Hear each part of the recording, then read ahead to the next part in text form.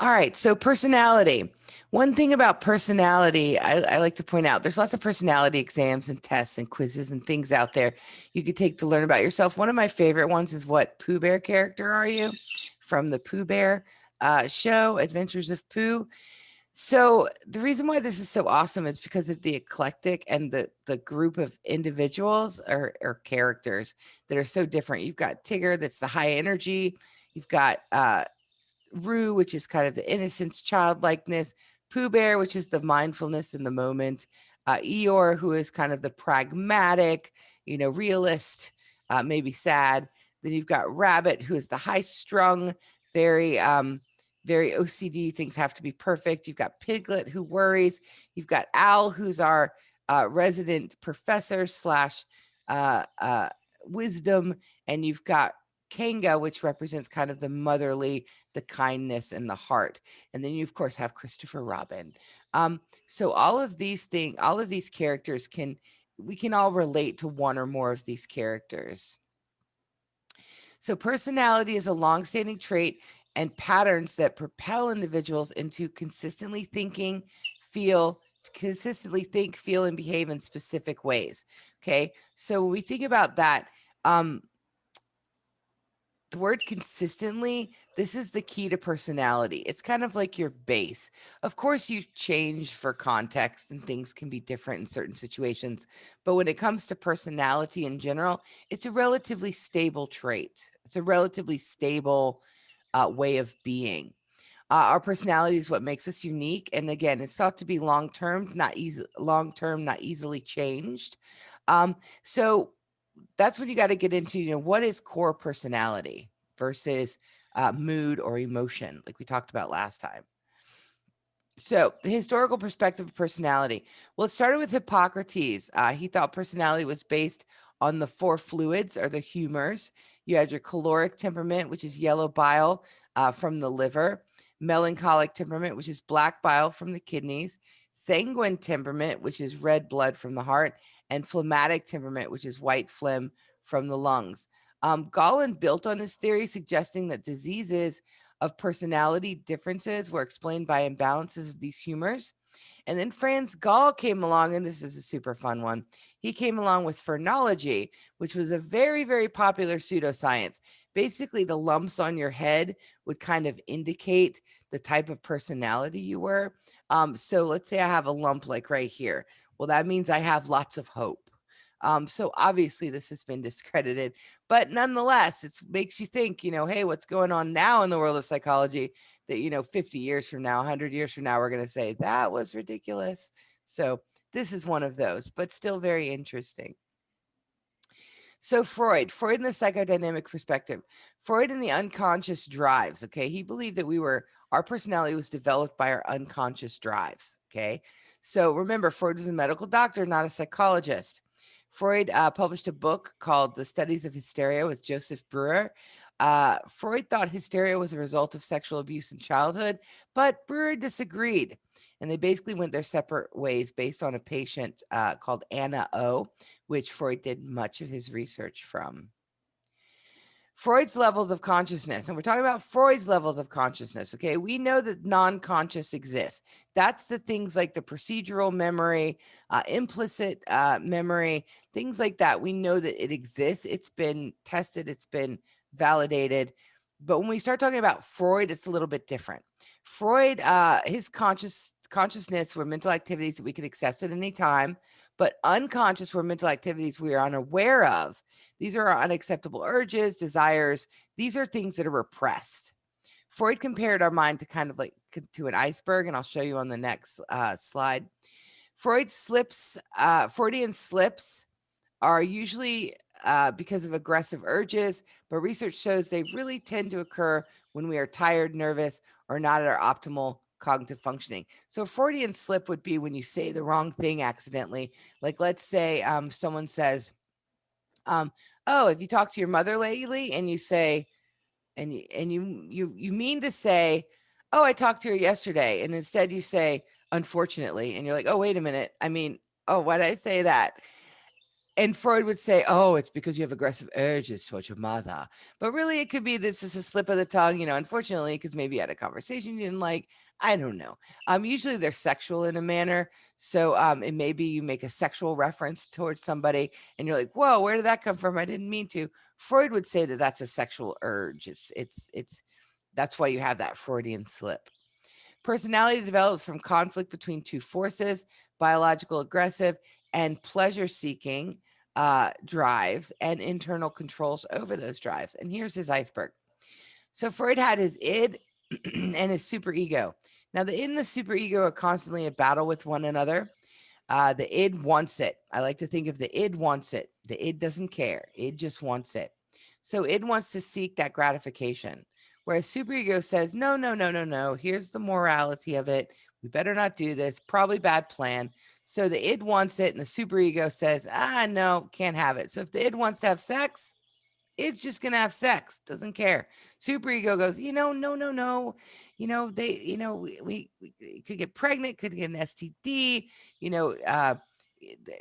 if they could leave you. There's all these things. The superego is like, just don't do it. You just need to wait. And it's like, yeah, I don't care. So that's where the ego comes into place. Okay. The ego comes in to say, okay, guys, we need to work this out. We need to figure this out, id and superego, because this is not working for us. So it comes up with the reality principle, and it uses defense mechanisms to mediate the id and the superego, according to Freud. Okay, neurosis is an imbalance in these systems. So, defense mechanisms is how the ego operates to be able to manage the id and the superego's argumentation. So, feelings of anxiety result from the ego's inability to mediate the conflict between id and superego. So, defense mechanisms are unconscious protective behaviors that aim to reduce anxiety, unaware we are using them, according to Freud. Now, in our modern day concept of defense mechanisms, we know we're using them. Like, we know we're using rationalization.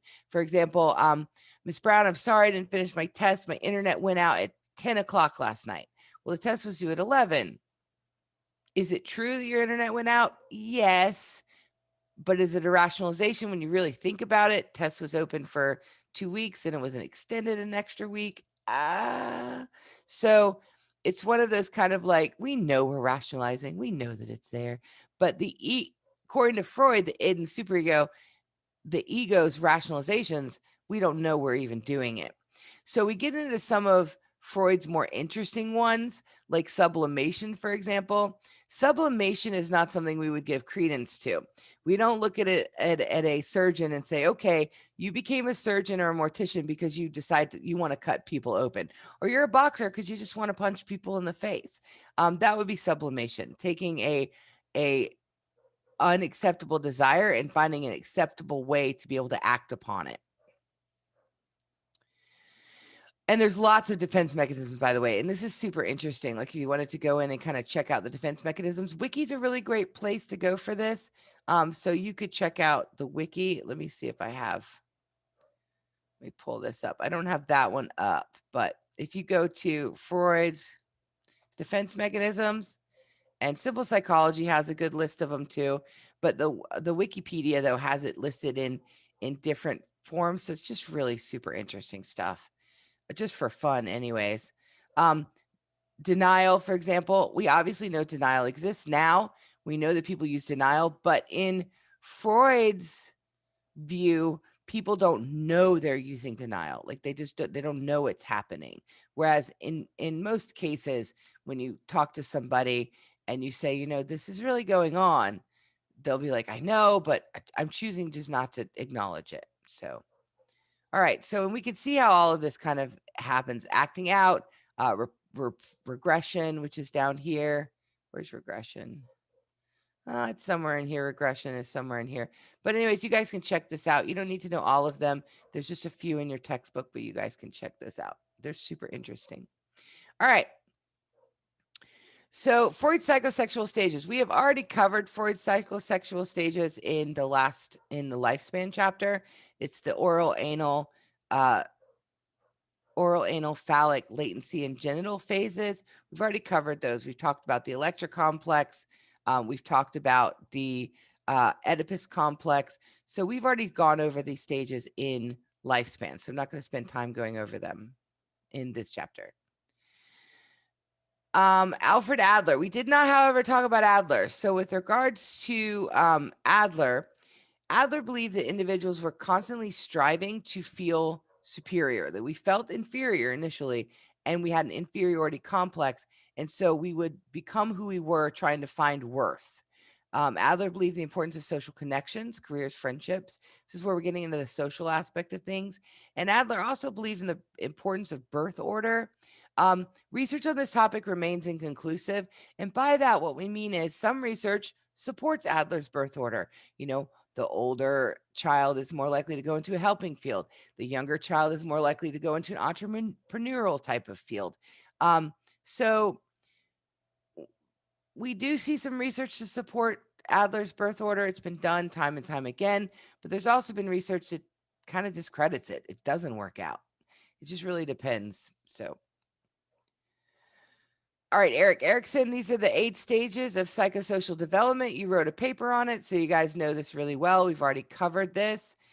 So revert back to the lifespan chapter for this particular information. We've already covered it. But as you know, for example, autonomy versus shame and doubt. If you're given the ability to do things on your own, you develop a sense of autonomy. You have purpose. Whereas if you're not, then you have a sense of shame, a sense of doubt that you can't do things. So that's how Erikson would say that our personality is developing. Then Carl Jung. Carl Jung developed a theory called the analytical psychology. This focused on working to balance opposite forces of conscious and unconscious thought and experience with one's personality. He saw it as a collective unconscious, which is a universal version of personal unconscious, holding mental patterns which are common to us all. Things such as ancestral memories, they're called archetypes. So things like the hero. The hero is an archetype. It's like it is we have concepts of what a hero is like. So we have these archetypes. Proposed 2 attitudes towards life, introversion and extroversion. And then he also proposed the concept persona. So we have a persona that we live according to Jung, and the mask that we adopt is kind of the compromise between the true self and societal expectations.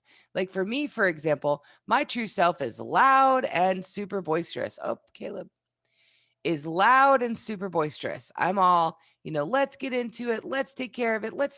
And it is not uncommon for me, especially if I'm sitting outside. People are in trouble if I'm outside, to just be like, "Oh my gosh, it's so funny," and just be really loud. But because it's not really socially acceptable to be kind of the loud and super, laughing. I mean, it's funny. People give me a weird look when I'm laughing, but I'm like, I'm laughing. That should be a happy thing. So, but because that is not really totally acceptable, I have this persona, which I kind of put on as being an outgoing individual, but still super chill, when actually I'm really, really, really high strung. So Karen Horney came along, and she did not agree with Freud. She did not agree with Freud's penis envy, and she came along with her womb envy to kind of combat Freud. She said, "Really? Well, we're jealous that you have a penis. Well, I'm jealous that you're jealous that you can't have a baby." So she really pulled away from Freud. She disagreed with him. One thing that came out of Horney's research or Horney's theories that was really interesting, and we've kind of held on to, is she did a lot looking into people's coping styles, how they coped with situations. She said that some people move towards, that's affiliation independence, as in like something's going on, you reach out for somebody, and others, people moved against, so they become very aggressive or manipulative, and others moved away. So some moved towards, some moved towards, some moved against, and some kind of pulled away. So the behavioral perspective then comes along. A pure behaviorist truly believes your personality is shaped by your uh consequences from the environment. So if you are constantly getting berated for talking, then you may be much more shy. You may be less to speak out, according to behaviorism. Skinner disagreed with Freud's ideas that personality is fixed in childhood. Our responses can change as we come across new situations. A true behaviorist would say that personality is built from childhood. It's pretty strong by the time you're in your teens or older, but circumstances can change your perspectives or your attitude or even down to your personality. So a pure behaviorist, though, would say that it's all based on the environment and how the environment responds to you, and you respond to the environment. So then came along social cognitive perspective. Now, a social cognitive perspective, with this perspective, this emphasizes learning and cognition as a source of individual differences in personality. This was the Bobo-Doll studies. Remember, we learned about the Bobo-Dolls and observational learning. The social cognitive theory brings in concepts like reciprocal determinism, observational learning, which we've talked extensively about, self-efficacy, which we've also talked about. They all play a part in personality development. Now, reciprocal determinism we have not talked about. Reciprocal determinism is the concept in which cognitive process, behavior, and context all interact. Each factor influencing and being influenced by other stimuli. So we have our cognitive processes. These are our beliefs or our expectations. Then our behavior, and then the context in which the environment or situation that we are in. And all those interplay with each other. Somebody who is, according to reciprocal determinism, somebody who is leans towards being slightly more aggressive will seek out more aggressive situations in which aggression is present. Whereas somebody who high sensation seekers is another thing. Somebody who needs a lot of sensation to kind of get their dopamine and oxytocin dropping, they're going to seek out those situations. Of course, we've already talked about observational learning at length in the learning chapter. So through observational learning, we come to learn what behaviors are acceptable as well and rewarded in our culture. We also learn to inhibit deviant or socially unacceptable behaviors by seeing what behaviors are punished. So when we see others being punished, or when we see if something doesn't work for us, we're less likely to do it again. So, and that's observational learning. And we've done a great deal of discussion of this already, so in other chapters. All right, self-efficacy. We talked a good bit about self-efficacy. Remember, high self-efficacy, you're more likely to get started. Okay, you're more likely to keep going. Just keep swimming, and you're also more likely to ask for help. You're more likely to ask for help if you have high self-efficacy. Self-efficacy is the belief in their ability to do something. And we've already talked pretty extensively about this in the last section. So. All right, so locus of control we have not talked about. I love locus of control. It's such an interesting concept. Locus of control refers to the belief and the power we have of our own lives. We have internal and external. Internal locus of control individuals tend to believe that most of our outcomes are a direct result of our efforts. This is our successes as well as our failures. External locus of control tend to believe that outcomes are outside of their control. They see their lives as being controlled by others, luck, or chance. So let's say, for example, I was late last night to meet with a friend. And so when I got there, I said, I'm so sorry I'm late. I had to fix. I didn't think about setting the thermostat properly. So I had to go back home to do that before I could come out here. And she said, oh, well, that's not your fault. And I was like, well, yeah, no, totally kind of is, because I should have set the thermostat this morning at 8 o'clock. You know what I mean? Like it totally was my fault. I just realized, oh no, I can't leave the house for 2 days and not fix the thermostat. So, and she was like, oh, well, yeah, but it's the thermostat's fault. And I was like, is it? Is it the thermostat's fault? So but she's very, very external locus of control. I'm very internal locus of control. Um, so, and we're not getting into like the self-effacing and self-serving biases and all of those things that you can find in the social chapter. We're not getting into that.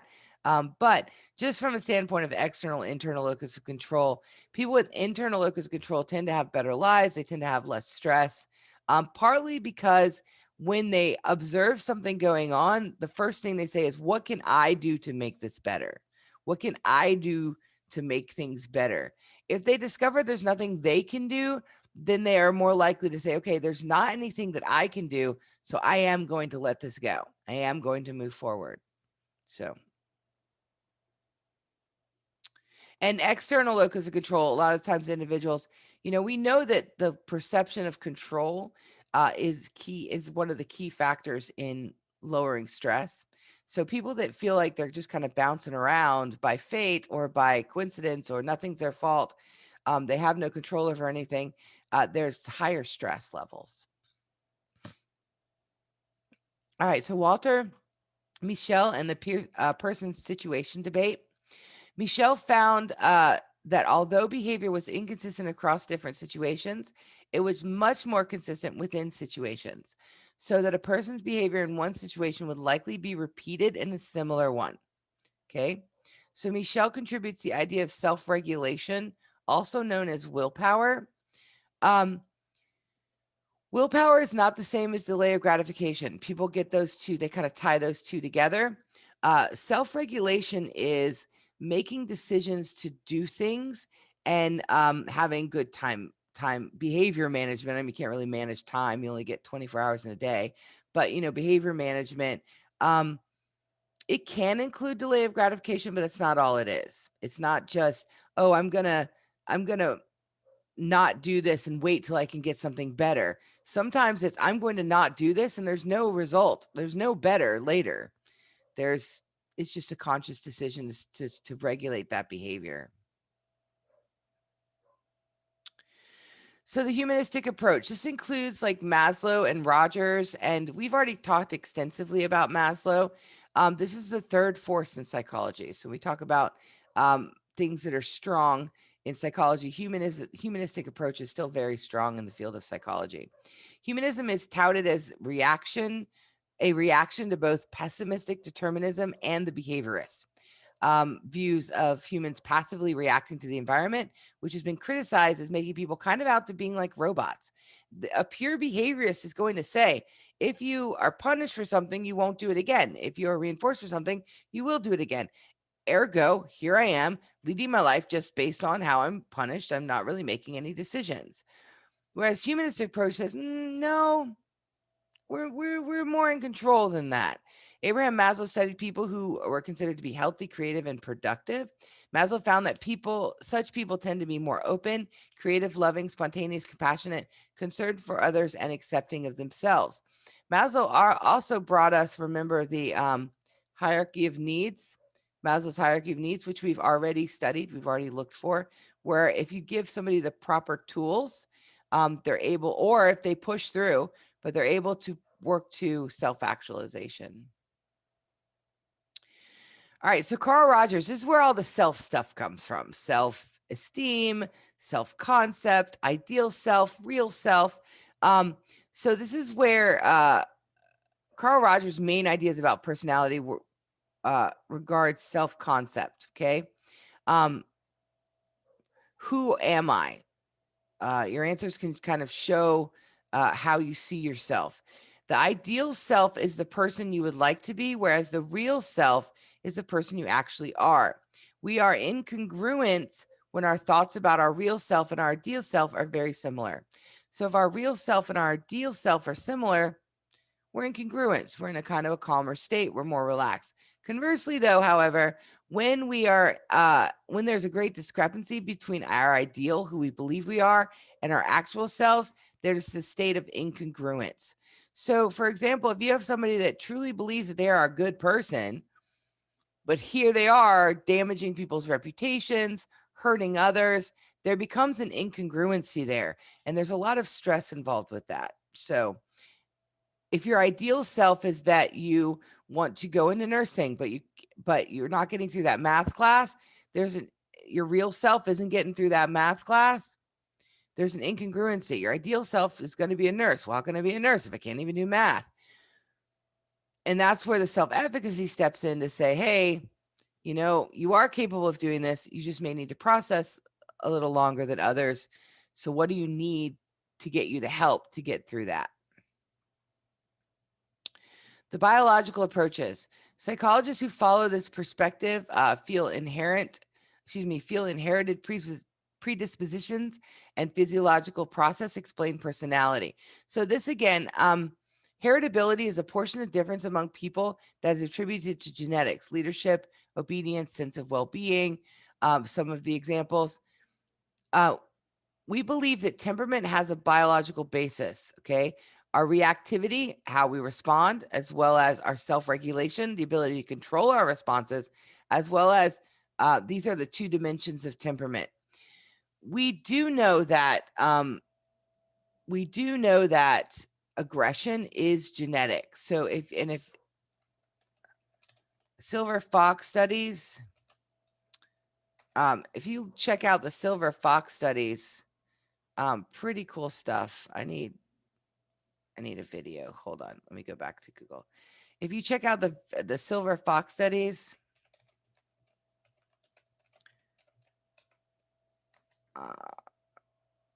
the Fox Domestication Project and Genetic Complex Behavior. I'll let you watch this little 3-minute video. Let's check this out. Hold on. Because this is really interesting stuff.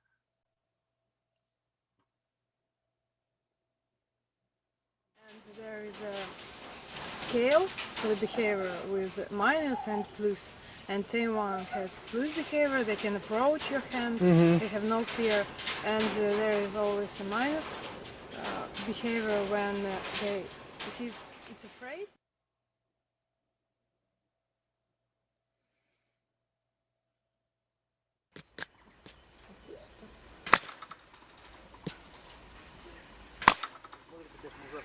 Совершенно одинаковые лица. Одни такие, вот такой, и идешь, сначала одни кидаются, 40-й бушет такой. Одни радостно кидаются, они причем были опутаны на очень ручные, очень агрессивные. Потом идешь в другую бушеда, и там они... It's really interesting that aggressive ones have very high attention span. Yeah. When they see a lot of people, they have a fear. Right. But when they see one people, they try to hit them, to attack them. Yeah. 'Cause there's too many people. Well, even one human is enough when you open the cage. Yeah. Because They're too afraid. it's too much of the stress. Yeah.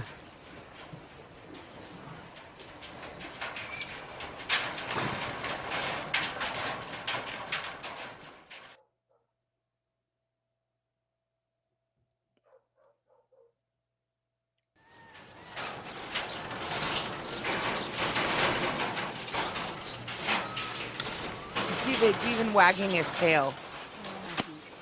What's so interesting? See, And different eyes. Yeah, one eye is... Yeah. Blue and yeah, it's more tame. I think 3, maybe +3.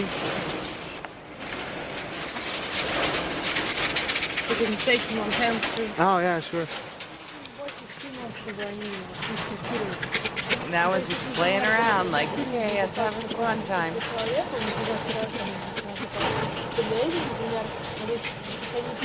Now you can go back and watch the full video if you want to, the Silver Fox experiments. This is more of I just want to show you the different foxes.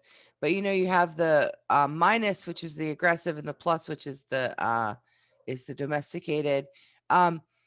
They fully domesticated the foxes. I mean, we even have people are getting foxes as pets. Just as a warning, though, a fox is still a fox, the same as a animals have different personalities.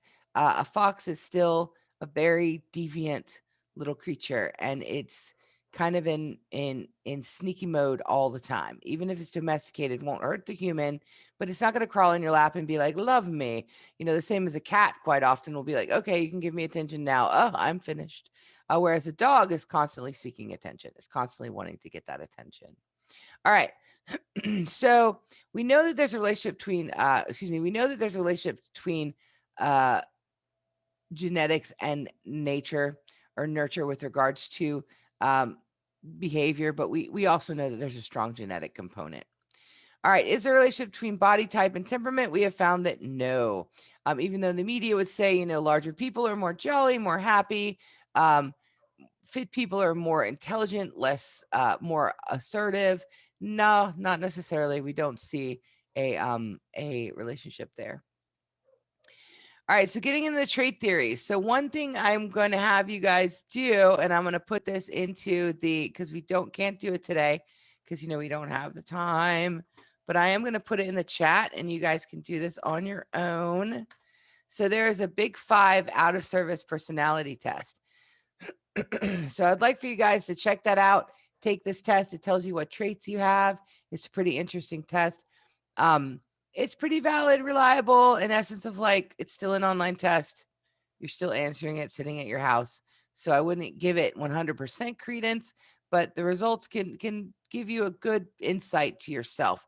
A lot better than what Pooh Bear character are you, or what apple are you, and that determines your love life or whatever. Much better than that. All right, so trait theory. We believe theorists believe that we all have certain traits or characteristics. Gordon Allport organized personality traits into 3 categories. Cardinal, these are the ones that dominate your personality. Central, the ones that make up your personality. And secondary, these occur under specific circumstances. Okay, Raymond Cattell then came along and identified 16 factors. We still use a personality assessment called the 16PF. We still use this personality assessment even today. So Heinz and Sybil Eysenck focus on temperament, which are inborn and genetically based personality differences. Eysenck thought that people had 2 personality dimensions, basically extroversion, introversion, neuroticism, stability. So it works kind of like this. You had that's a terrible circle. You had your extroversion and your introversion, and you had your stable, and you had your unstable or neuroticism. Okay, and you had characteristics in each category based on extroversion, introverted, stable, or neurotic. So problem is not really enough dimensions here. Plus, we find that adolescents are going to lean more in this category. Then as you age, you kind of crawl more over to the stable category.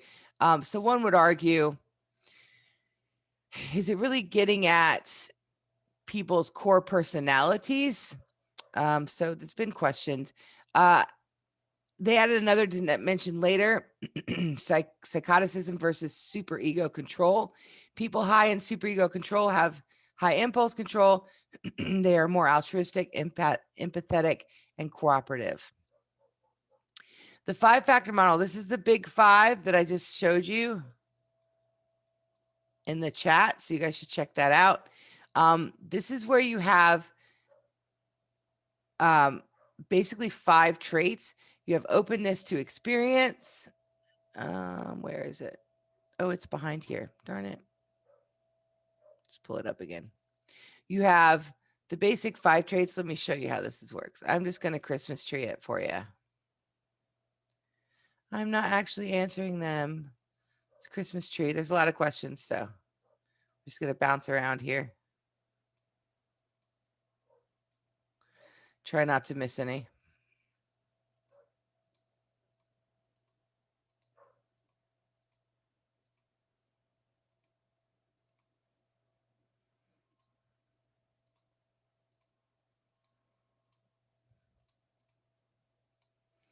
Not reading them. Let's see. Da-da, da-da, da-da. It shouldn't take too terribly long. Probably should have prepped this. All right, here we go. So it's going to give you dimensions on the scale, OCEAN, openness to experience, conscientiousness, extroversion, agreeableness, and neuroticism. I can check female. I'm going to put my age.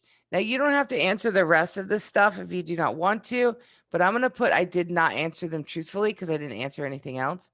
So I put no, submit. Oh, I forgot a question. Look at that at the top, no less. All right. Submit.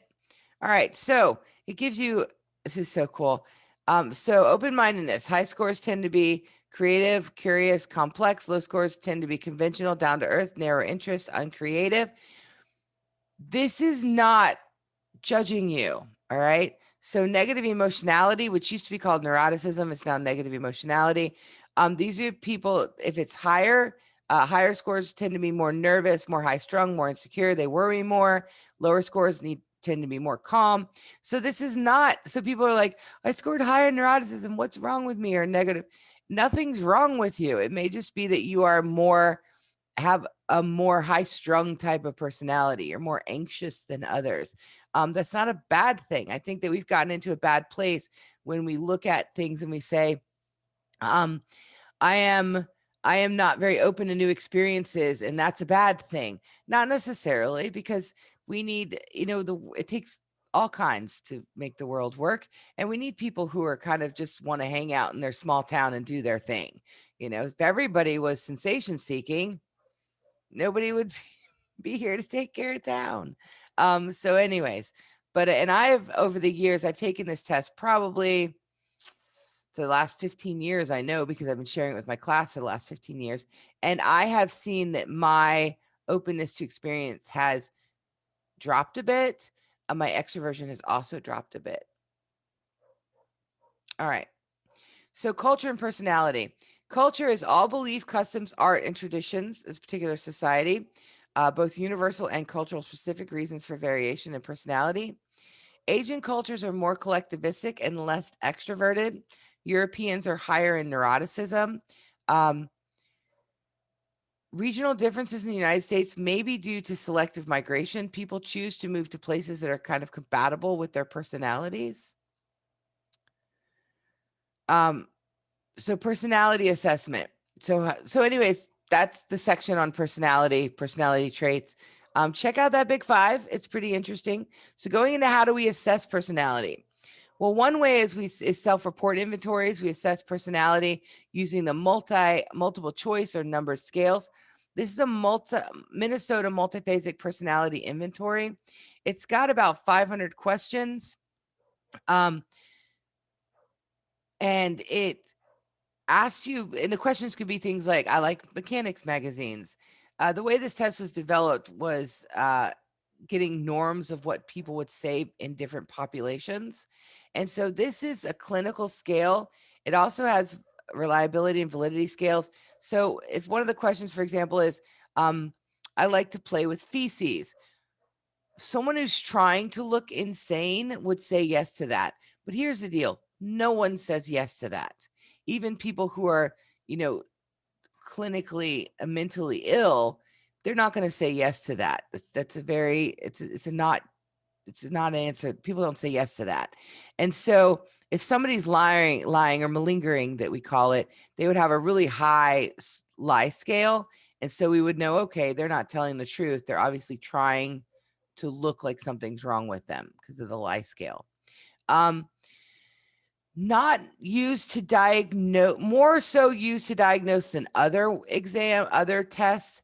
But if, for example, if somebody were to take this and they scored high on depression, and I would say, okay, I'm going to give them a test for depression. I'm going to give them another test to see if they do have depression. So based kind of on the different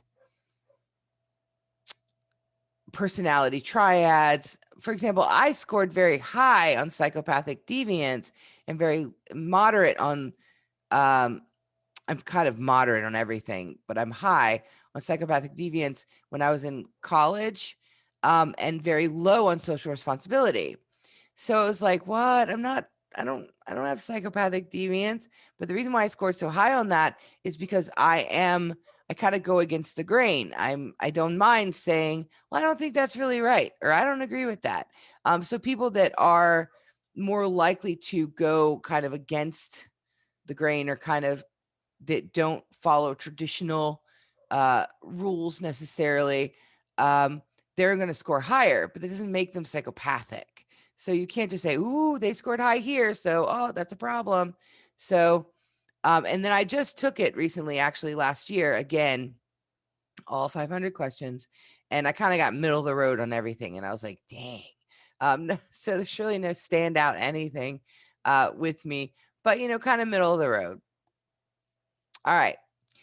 Next these are personality tests. These are tests that are more objective, in essence of we score them and then we look at the scoring to see where the triads are, where the higher scores are. And then from that, we do further testing. Projective tests. These are your ink blot tests. These are ones that people seem to like a lot. They think they're fun. But the projective tests are just that. It's based on your projections. So a projective test relies on defense mechanisms. They're very Freudian. Projection proposed by Freud. A person is led to think about feelings, tell stories. So for example, the Rorschach ink blot test, you'd see this ink blot, I can't obviously make it look the same on both sides, but you see this ink blot, it's got the same look on both sides. And it's like, well, what are you seeing here? And so, I mean, if you say something like, I see two demonic,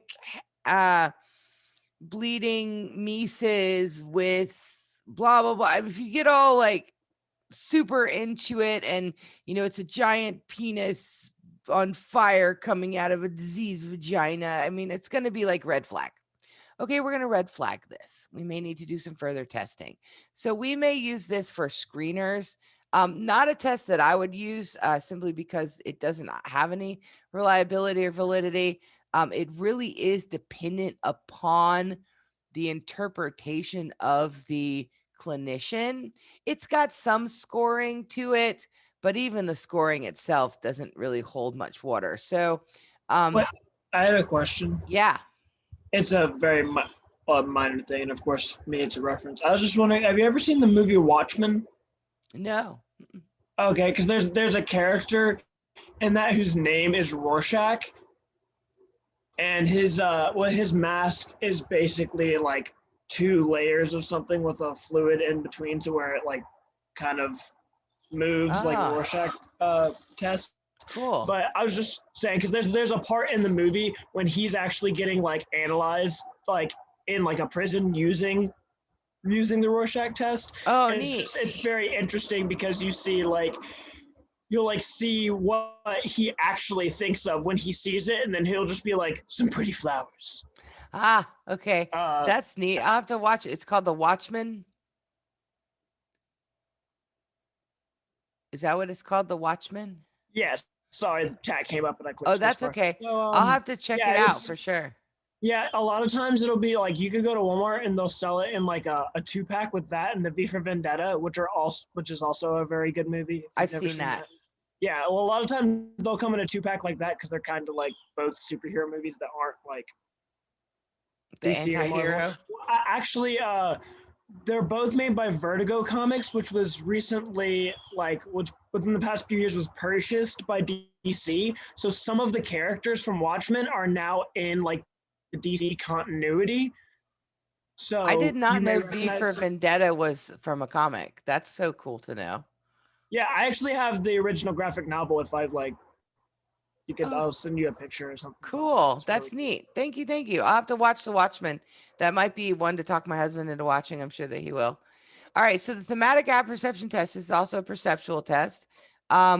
This is where you look at ambiguous pictures and you ask the person to tell a story of the picture.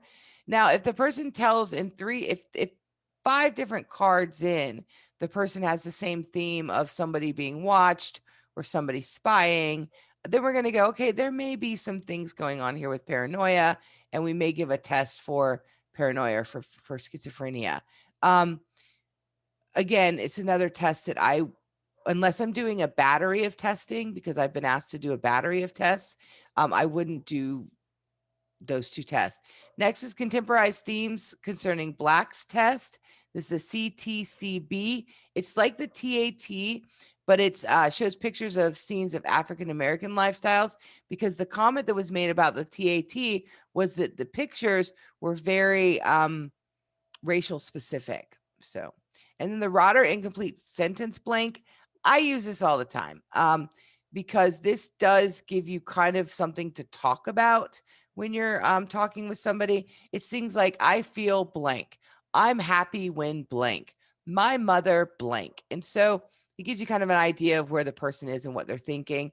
But it's more so used as a discussion tool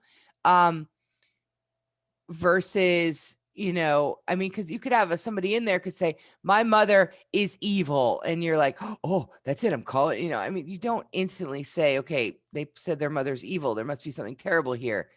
I mean, it could be that on the way out the door, they were told they couldn't have their phone for 2 more days. I mean, you just don't know. So you definitely have to take all of these with lots of salt. I'm sad. That is the end. So to talk with you guys